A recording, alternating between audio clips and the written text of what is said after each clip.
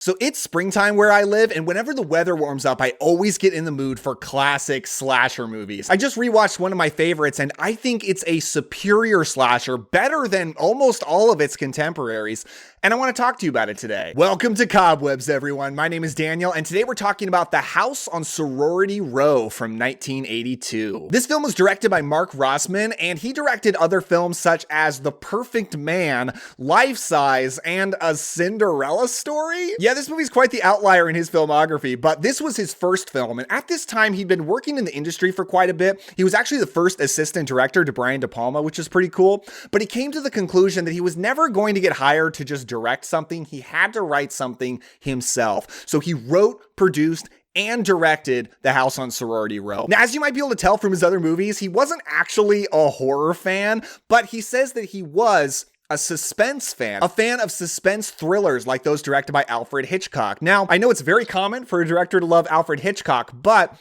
I think this really shows through in this movie because The House on Sorority Row is absolutely not a Halloween or Friday the 13th carbon copy. This almost feels more like it's jumping off of Alfred Hitchcock thrillers than even any other slasher movies, even though it does deliver the slasher goods. Because unlike a lot of its slasher contemporaries, this film is a much more interesting story and definitely more of a suspense thriller vibe throughout, rather than just teens partying until they get knocked off. So what's this movie about? Well, we follow Catherine, who is a sorority girl who just graduated and she's just about to leave the house, but her friends convince her to stick around the house a little bit longer while they plan and have a great big party. The only problem with throwing this party is their house mother, Mrs. Slater, who is a very strict and hard woman, won't allow this to happen. One of the girls is fed up with Mrs. Slater and decides to play a prank on her. Slater wants things to be as they used to be, right? Well, how about if we give her a good old-fashioned sorority prank? Huh? All right. Yeah. Where they pretend to shoot her with a gun full of blanks. But the prank doesn't go quite right. The gun ends up going off for real. And now they're having to hide this body, cover up this crime, while also getting picked off one by a mysterious person who may be getting revenge. This is such a good story, and one that a lot of slasher films would actually jump off of much later, like the sort of remake to this movie, almost in name only, Sorority Row from 2009. But more importantly, I Know What You Did Last Summer, a fan favorite slasher movie from the 90s, which would also take the plot of characters having to cover up a crime while they're also dealing with a slasher killer. I'm definitely not opposed to a slasher movie just being about teens partying and having fun until they all get picked off. That's a lot of the Friday the 13th movies are, and I do love the Friday the 13th franchise, but this movie is just so much more Hitchcockian. And of course, there is a big party scene in this movie as they're building up to the party for the whole first act of the film. But while most party scenes would just be that about kids partying, in this movie, they're also having to deal with keeping the body concealed and even losing the body. There's a great one shot that pans throughout the party to kids dancing, drinking, having fun. But every time we catch one of the girls that was involved in this prank, they're looking scared, worried, nervous, and that dichotomy between their attitude and everyone else around them, it's such a great one shot. I think this movie is so well shot. That's one of the things I really love about it. A gorgeous film, frankly, with a lot of beautiful wide shots. It really makes great use of this location, which is really just a large sorority house, although the fact that there is a dirty pool that Mrs. Slater refuses to get cleaned up also just adds a bit of decay to a normally beautiful location that would be a college campus. Our final girl, Catherine, is played by Kate McNeil, an actress who I'm not familiar with many things, but she's great as that final girl archetype, while definitely not just being an archetype, right? She's always the adult in the room, the level-headed one, the one that's trying to point everyone towards what is smart, what is logical. She's definitely a smart lead character to have. Vicky, this is crazy. I mean, a joke is one thing, but a gun? She just often gets overruled by the much stronger, more dominant personality. Either hide the body or face the police. I am calling an ambulance. Katie!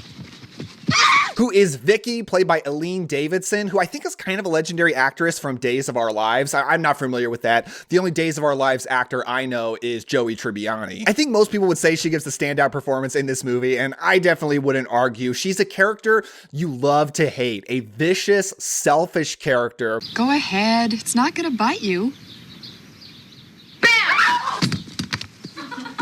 That's not funny. Who gets them all into this horrible, horrible situation. She is the one who lets the gun go off. Have I ever been wrong? Almost feels like she's blackmailing everybody else to stay with her, to not betray her and turn her into the police. And overall, I think all of these sorority girls are solid characters. They stand out enough. They're good actresses. There's really only one that definitely seems like she was only casted for her looks. How do we know she is alive? But enough about plot, enough about characters. You want to know about the slasher killer, right? Well, the movie sets up a really good backstory at the very beginning of the film, where Mrs. Slater years ago was involved in an experimental procedure to allow her to have a child, even though she's been barren her whole life, and she's fairly old even by this point. It is successful and that she's able to get pregnant, but they set up that she had a very traumatic birth, and for a while, it's very ambiguous whether the child died in childbirth or not. Throughout the runtime, the movie's dropping more and more hints that this child was born and was born with certain abnormalities and has been living in the attic of this sorority house for all these years. Mrs. Slater has been hiding him. A fantastic premise for this film. And you can see the Psycho influence, because while Psycho has a demented young boy hiding his mother away in the attic, this one is the other way around, except it does seem to still be the son who is the killer. But I do wonder if this killer is one reason this movie doesn't get as much credit as some other big famous 80s slashers that also didn't get sequels, like My Bloody Valentine with Harry Warden, like The Burning with Cropsey. Even though these characters did not get sequels, they ended up being pretty iconic slasher killers. And this did not happen for the House on Sorority Row. But much like the killer in the original Black Christmas, I think it's very much to this movie's advantage that you barely see this killer. In fact, there is only one shot in the whole film from a distance where you even see his face, and it is absolutely chilling. The makeup, while it's not terribly elaborate, is so effective, especially seen at a distance, because there is this uncanny valley aspect to him where he looks like a person, but it's just not quite right. I think it's one of the creepier shots in any 80s slasher. You may notice that I'm not showing this shot to you. That's because I want you to see this movie and experience it organically. You have to see it for yourself. Towards the end of the movie, you see him in a sort of Jack-in-the-Box jester type costume, and I think if you saw him in that through the whole film, he might have ended up being more iconic.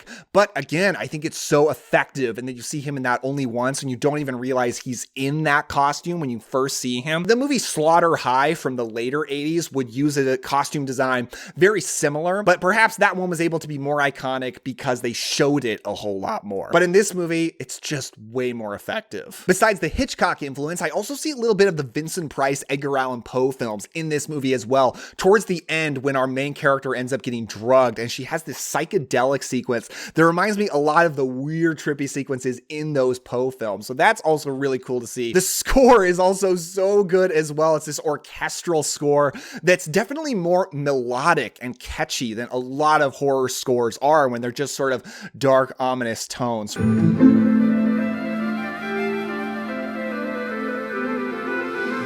Let's go ahead and rate this movie. Now for atmosphere, I'm gonna give it a 6. I think it's solid because it's really, really well shot, but of course the atmosphere of a sorority house isn't going to match something more exotic, more elaborate, but the score also really contributes to it. Absolutely beautiful. For characters, I'm gonna go with a 7. While Catherine isn't a fascinating character, I think she's above average for a final girl. Like I said, she's smart, she's the voice of reason, she's definitely the person we want to follow. Vicky is entertaining for how love to hate her she is. I really like the killer, although he's not much of a character in this film, but as a presence, very effective. And there's also a doctor in this movie. Christopher Lawrence plays him, Dr. Beck, who ends up, he's kind of behind everything, but he also tries to help by the end of the movie. He's a pretty interesting character as well. For story, we're going up to an 8, and if I were to grade this on a curve of other 80s slashers, I mean, I'd go up to a 10. I'm not saying this is like a perfect story, one of the greatest stories of all time, but it's so much more interesting compared to other 80s slashers. And I love 80s slashers, but having characters have something far more interesting to do throughout this film